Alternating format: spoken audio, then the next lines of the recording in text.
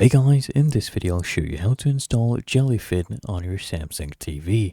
Now the first thing I want you to do is come here, click on apps, and then in the app panel type in 12345 using the remote control, and this will lead you to this page.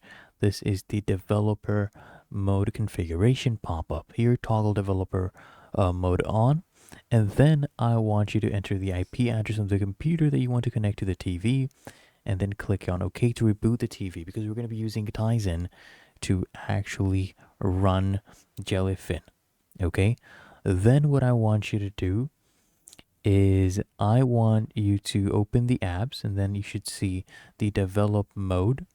Then just connect the TV to the SDK in your Tizen Studio, select tools, go to device manager, and then I want you to go ahead and to add your TV, click here on this icon, click on the plus icon, and then just name the TV, put in the IP address, the port, and then tap here on add and turn on the connection, and then you can start launching applications using a Tizen. So you just come here and you install this package, you put in this code, and this will go ahead and install Jellyfin on your Samsung TV for you. So if you found this video helpful, make sure you smash that like button and subscribe to the channel.